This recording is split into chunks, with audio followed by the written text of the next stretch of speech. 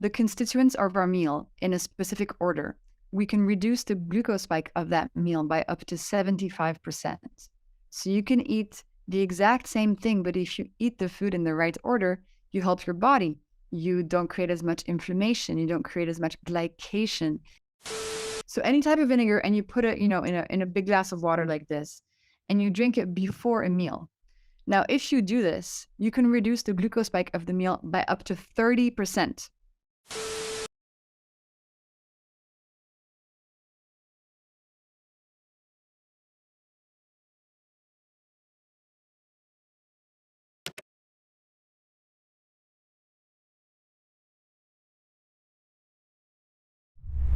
Jesse, in the difference, what have you learned on the times of the day that you eat, on the frequency? Is it better when you eat the same amount of food in a lot of different meals, or when you eat in 3 meals, or when you eat in 2 meals, but the same amount of food, not Now, the same counting, total. not making a deficit, just eating fewer times, but the same amount? Yeah. So it's better to eat meals instead of meals plus snacks, 100%. Yeah. And the science shows this. I agree. You can eat the exact same total amount of food, but your health will improve if you just do meals instead of meals and snacks. And, this makes sense because if you're eating every 3 hours, especially if you're eating things that are high in carbohydrates, you're going to be glucose, insulin, crash, glucose, insulin, crash. And so all the time, your body is going to be rising its insulin levels, and you're going to start on this roller coaster. And the myth of 6 meals a day seems to be disproven now from the data. However, it also really depends what you're eating, right? If you're having 6 meals a day, your meals are like fresh vegetables and healthy protein, healthy fats, that's not the same as having 6 bowls of cereal in the same day. So we also have to look at what you're eating. It's not just how many times a day. Yeah. Yeah, there are actually studies that show that people that eat 6 times a day, they raise interleukin-1, interleukin-6, and TNF-alpha, which are all inflammation markers. Yeah. The exact same amount as people that ate 2 or 3 times a day, eating the same amount of food. It's very interesting. Yeah, it's very interesting, and you can see it in people, and also, if you eat a lot of times, then you're going to be hungrier, because if you keep on spiking insulin will make you hungrier. Yeah. Insulin also make you leptin resistant, which is something you don't want to be having, because then you're never gonna stop eating. Yeah. And Jesse, you've been one of the things that maybe is like the key point on your work, and is the right order in which you eat. But before that, so people can understand, the term carbohydrates is something like huge. Yeah. And I think that the way you divide carbohydrates in your book, I actually have a book. I have 2 books, and I divide it exactly in the same way. I don't Really nice. I don't put it like simple and complex. No, I go for starches, for fibers, and for sugars. Can you tell us, so people can really understand the division, so then we can see what's the importance of on the order? Yeah, absolutely. So all those 3 things, starch, sugars, and fiber, they're all made by plants, and they all are born through photosynthesis. So that's why they're in the same family. It's because they all come from the same biological process. Anyway, often when we talk about carbohydrates, like in the general, conversation, we actually only refer to starches and sugars. And when we talk about fiber, we don't really consider a carbohydrate like in common language. And that's because when you eat starches and sugars, they break down into glucose in your body and fructose for the sugars. When you eat fiber, it doesn't get broken down by your body. You do not absorb fiber. It just passes right through. And so they're very distinct, even though they all exist under the carbohydrate family. Yeah. And so when I speak about carbs, I talk about starches and sugars. I do not talk about fiber because it makes it simpler to understand. Now that we understand that starches and sugars, they get broken down to glucose, and of course fructose comes like the friend on the side always. Yeah, Tell us about what you've learned from that, from the order that we need to be eating, and what are the absolutely. benefits of that? Absolutely. So the studies show us that if we eat the constituents of our meal in a specific order, we can reduce the glucose spike of that meal by up to 75%. So you can eat the exact same thing, but if you eat the food in the right order, you help your body. You don't create as much inflammation. You don't create as much glycation. You help your body prevent long-term disease. So the right order is vegetables first, because vegetables contain fiber, then proteins and fats, then starches and sugars. And this has mostly to do with fiber. In vegetables, you have fiber. And as I mentioned, fiber does not get broken down and absorbed by your body. Fiber actually protects you from absorbing too much glucose molecules coming down through your digestive system. And so when we eat the fiber first, we give it the opportunity to become this protective mesh that allows you to reduce the glucose spike of the meal. And this is a really simple hack. It is very, very effective, and you can feel the effects quite immediately, actually, because when you're on a glucose roller coaster all day, you're going to feel cravings, you're going to feel hunger, you're going to feel sleepiness. These are instant reactions to your glucose being out of whack. And if you use the food order trick, for example, and you steady your glucose levels, those symptoms tend to go away rather quickly. It has to be just vegetables, or it could be a salad with some olive oil dressing or apple cider vinegar, or It can definitely be dressed. It can be any type of vegetable salad you want, raw, cooked, broiled, whatever. Don't have the juiced vegetables because that doesn't have any fiber anymore, so it doesn't work. But it can be any type of vegetables. It can be like a spinach salad with olive oil and some feta cheese. It can be some roasted broccoli with tahini, like whatever you want. It's important to start the meal with vegetables for that reason. And you mentioned apple cider vinegar.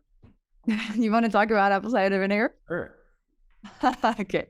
So that's another hack, which is if you incorporate vinegar into your day, you're going to get some really good glucose benefits. And the easiest way to do this, and that's been proven in the studies, is to take 1 tablespoon of vinegar. It can be any type of vinegar, but try to avoid the very sweet balsamic vinegar because that's really high in sugar. Yeah. So any type of vinegar, and you put it, in a big glass of water like this, and you drink it before a meal. Now, if you do this, you can reduce the glucose spike of the meal by up to 30% without changing anything of what you're eating during the meal. It's magic. It's really cool. And what have you seen on your own, on like monitoring your own glucose by your own spikes with apple cider vinegar and the right order? I mean, a lot, because I'm a huge fan of pasta. Like, I love spaghetti. And one of my challenges was like, how do I eat spaghetti without creating this big glucose spike in my body? And spaghetti is pure starch. So of course it's going to make a big glucose spike. So I devised a perfect veggie starter to have before I had spaghetti. And it's roasted cauliflower, which I love, with a nice vinaigrette that I make, olive oil, vinegar, and a little bit of nuts. And that became my veggie starter before my spaghetti. And then the glucose spike of that spaghetti, was cut, I don't know, by 2/3.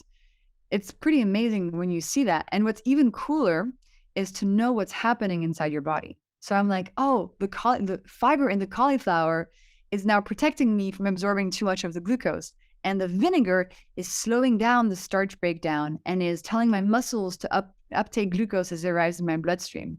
So I become kind of this partner to my body. I'm like, yeah, I'm going to eat pasta because I love pasta, but hey, I got your back. I'm doing some hacks too to help you manage the pasta better. There's something that you mentioned in your book that one of your friends or maybe clients, I don't know, someone that you knew or someone on your community, he told you that before hanging out with friends, that he would go and eat some veggies before in his house. Yeah. If, for instance, we'll go hang out and have a couple beers, have some pizza, what's the ideal time before for eating veggies? Like, what's the Yeah. window in which those veggies are going to be like in the center? Effective. So the guy you're mentioning, his name is Gustavo, and he lives in Mexico, and he's really cool. And he, one of the ways he applied this hack was, as you mentioned, before going to the steakhouse with his friends, to make a big roasted broccoli at home and having that before going out. So listen, it appears that fiber will stay in this protective state for a few hours. So if you have a vegetable starter and then 1 hour later you go to the steakhouse and you eat a bunch of like potatoes and bread, the fiber from the broccoli is still going to be protective. We don't know the exact like number of minutes, but from my experience, it feels like an hour and a half, 2 hours is the upper threshold. But that gives you enough time to have a veggie starter at home and then go out. Yeah, you can catch a plane. Exactly. Yeah. Okay. And the same thing. You've been mentioning that after you eat, if you do some jogging, walking, Dancing. dancing or squatting or any exercise, it'll drop the glucose spike. What's the right amount of time for you to work out, and what's the window after eating that you can use the hack? So you can use the hack for about an hour after eating, because that's the amount of time on average that it takes for your glucose to peak after a meal. So it's ideal to use your muscles within that 1 hour. And in the studies, even just 10 minutes is effective in reducing the glucose spike. So you can go for a 10-minute walk. Maybe if you're at work, you can go up and down the building stairs a few times. Maybe you just clean your apartment. Maybe you dance. If you want, you can go to the gym and have a full workout as well. Yeah. But just 10 minutes, even if it's light intensity like walking, already has an effect on your glucose spike. That's amazing. Yeah. There's something that I've been teaching my patients for many years, and it's about dessert. And when people say, "Oh, come on, I can't eat dessert," and I'm going, "Yeah, please do, but eat it on your meal." Yeah. Same meal. Don't wait some hours. Don't eat it at 4 p.m. Don't go for ice cream at Exactly. 4 p.m. after. And what you've seen, what's the effect of and what if you eat in the right order, and then you instead of maybe eating some starches at the end, if you eat dessert versus when you eat it like 3 hours after. It's a huge difference, because we have to remember that when we eat dessert, when we're eating something sweet, we're really doing that for pleasure. Sugar is not, we don't need to eat sugar. It's not helpful to our body, especially the fructose in it is really not necessary and potentially very harmful. So when we eat dessert, it's for pleasure.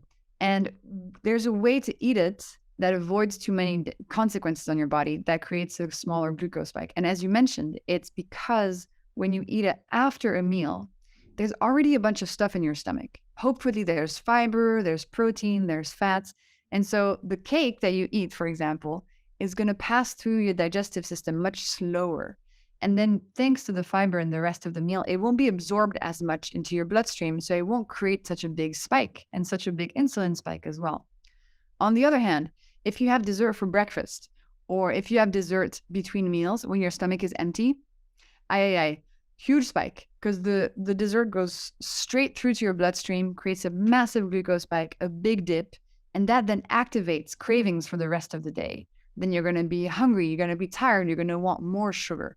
And nobody wants that. Like, we want the taste, the pleasure of the dessert, but we don't want the consequences. We don't want the cravings and all that stuff. So if you have it after a meal, you'll still get the pleasure with fewer consequences. Well, Jesse, we're running out of time, but thank you. I have another question for you. What's coming next for you? I'm taking a vacation. It's my birthday next week. And I'm taking a vacation. Yeah. So that's next.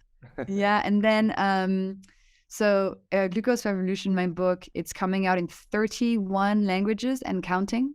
And that's happening the whole rest of the year. So, I'm going to be going to many, many countries to talk about the book, present it to the people there. And so far, it's been going really well. So far, it came out in 6 languages and bestseller in every country. It's really cool to see that people are responding to this information because it's truly life-changing stuff. It's simple, but it's really deeply important and life-changing. Did you see it coming? No, I had no idea. Yeah, it's amazing. No. I think that's easier when you don't know and you're naive about the whole process. You're like, oh, this will be a walk in the park. No, I didn't see it coming, but I think I made a deal with the universe a few years ago. The universe was like, we want you to talk about glucose. Are you down for it? And I said yes. And so now I have to uphold the deal. What's your biggest purpose in life? What's that thing that really moves you in your heart? People who are sick, for example, people who have type 2 diabetes, people who aren't able to have kids, and who feel powerless and confused and who don't have the right information. And that distress, is really what has driven me to do what I do. Because it breaks my heart to see that when actually the information is there, they just need to hear it and they just need to have access to it, and it's not complicated. So yeah, it's that really. Well, we're on the same side. We're on the Yeah. same side, and I'm thrilled that we had the chance to be with you. I hope that Thank you, God. we have you here in Colombia sometime. I would love to. Amazing. They told me that your book is going to be coming this August, so Yes. that would be fantastic. So just again, thank you for your work. Thank you for your generosity, your dedication. Thank you for being brave and sharing. We're living in a world full of polarity and being that brave and that generous. I think that's something that should be honored. And I always encourage people to remember that the absence of evidence is not the evidence of absence. And the kind of things that you're making, you started on your own. And now there are thousands of people that can validate that is true. And that it Well, actually, no. I just want to mention, all the stuff I talk about, it's peer-reviewed scientific studies. I really just illustrate. And I think it's a misconception people often have. They think that the hacks come from, my own imagination, but I'm just communicating the science. However, what's missing, for example, is like long-term studies of people using the hacks. And we don't know that. We absolutely don't know. We don't have any data on there. But we can't turn skepticism into inaction. Yeah. Okay. There's not a clinical trial that they took 300 On the glucose goddess hacks. No. Exactly. Again, the absence of evidence is not the evidence of absence. It's just. And the one I like, the saying I like, it's do not transform skepticism into inaction. It's like, yeah, you can think, I don't know if this is gonna work, but freaking try it and you'll see it really works. Yeah. Jesse, thank you. Thank you. Thank you, Carlos, for having me. Enjoy Thank you. Thank you. Wonderful. Gracias. Gracias. Take care. Ciao.